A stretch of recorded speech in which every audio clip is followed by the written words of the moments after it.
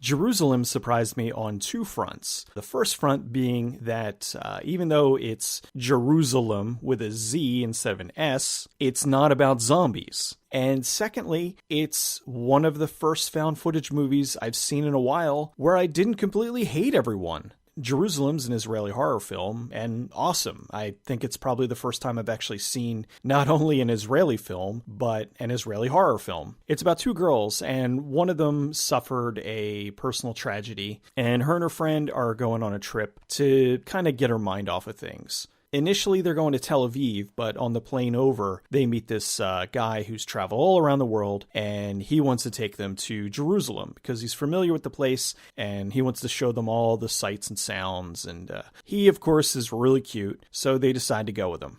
The girls are there, they meet a few other guys, they start going clubbing and having fun and whatnot, and eventually the apocalypse happens. This goes into what I said at the beginning. Initially, with the Jerusalem, I thought it was going to be zombies. Now, the dead do come back to life after they've been bitten or scratched or something, but they don't come back as zombies. It's basically they die and then their bodies are possessed by demons. And it twists their whole body around and they sprout wings, which was really cool. The only problem was they must have gotten a deal on the animation for the sprouting wing things, because it happens a good 4 or 5 times. And the first time it's like, cool. Second time, cool. Third time, all right. Okay, we get it. The other thing I liked about it was that it was a unique perspective on found footage. The way they did it, the lead girl got a pair of Google glasses. She got one of the really expensive pairs, the one that they take your prescription glasses and then they add the Google glasses on top of them. My gripe with it was the place I used to work at before I got laid off,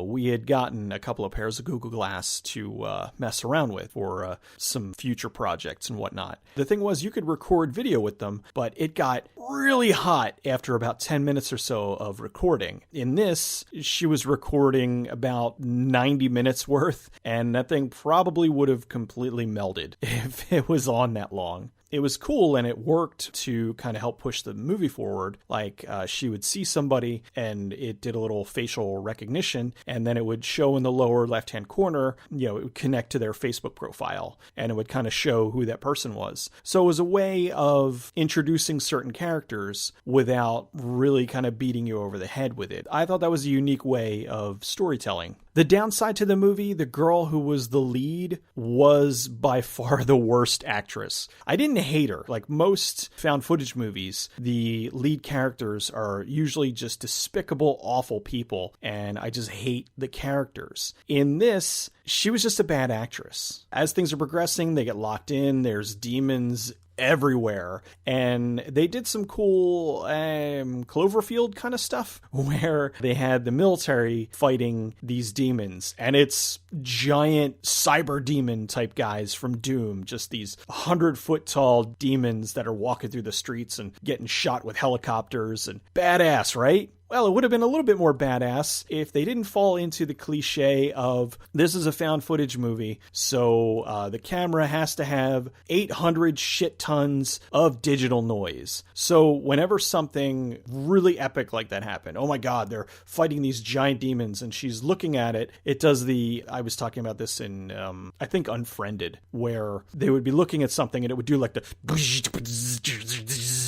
so the camera would go in and out of focus and there'd be all kinds of digital noise and color bars. And it's just like, stop it. It's such a crutch that found footage movies keep falling back on, where they either want to conceal bad effects or they're trying to make it more dynamic. I don't know what the thought process is, but all it ends up doing is pissing off the audience because, hey, here's something really neat that you'd like to see.